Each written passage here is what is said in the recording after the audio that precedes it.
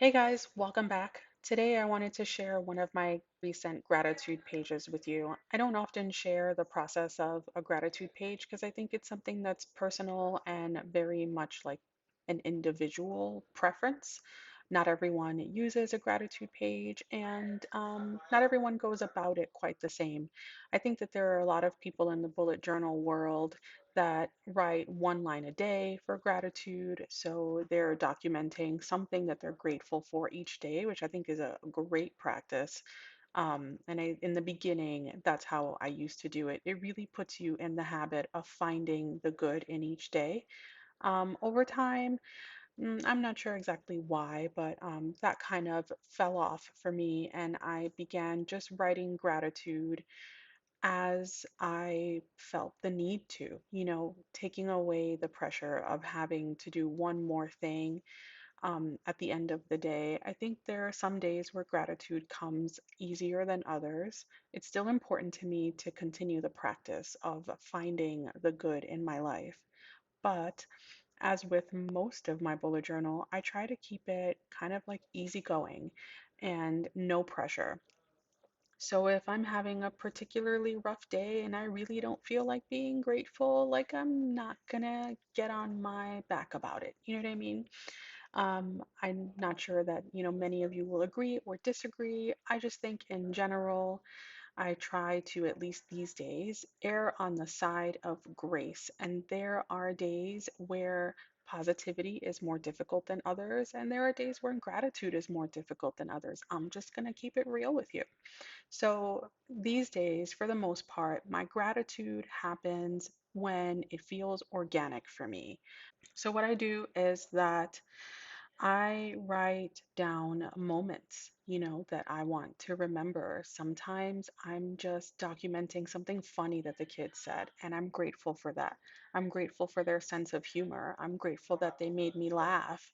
I'm grateful that they're able to live such a life that laughter is something that we enjoy frequently. So that's definitely a form of gratitude for me. And I sometimes, if something happens between me and my husband, if we go on a date and it's been a long time since we went on a date, I want to maybe dedicate my gratitude page or pages to that date and documenting that one day. So for me, it's not so much about gratitude over the course of the month, although it can be. Like I said, it's very free flowing. The pages that I'm writing on now in this video was kind of like a different way of doing gratitude altogether. In one of the flip throughs of my bullet journal, I'll try and figure out which one it was and then include it in the eye. But I noticed that one of my gratitude pages was like this, where I kind of just went like in a little bit of a square. And I remember that I was like, oh, I'm going to do that again. This is fun looking. And so um, this day, I wanted to just document my thoughts on the new year. This was January's gratitude.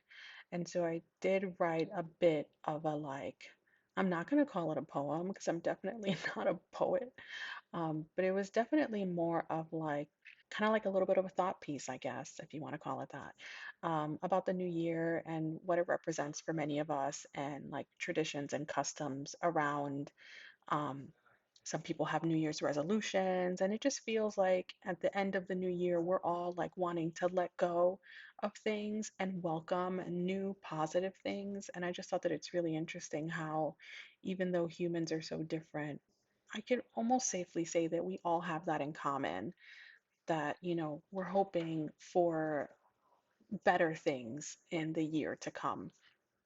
So, in any case, that's my spiel on gratitude today. I didn't really rehearse what I was going to say, not that I ever do. But we're definitely winging it on this voiceover. So I hope that you still enjoyed this video, and I hope that you got some ideas on how to create some gratitude pages for yourself.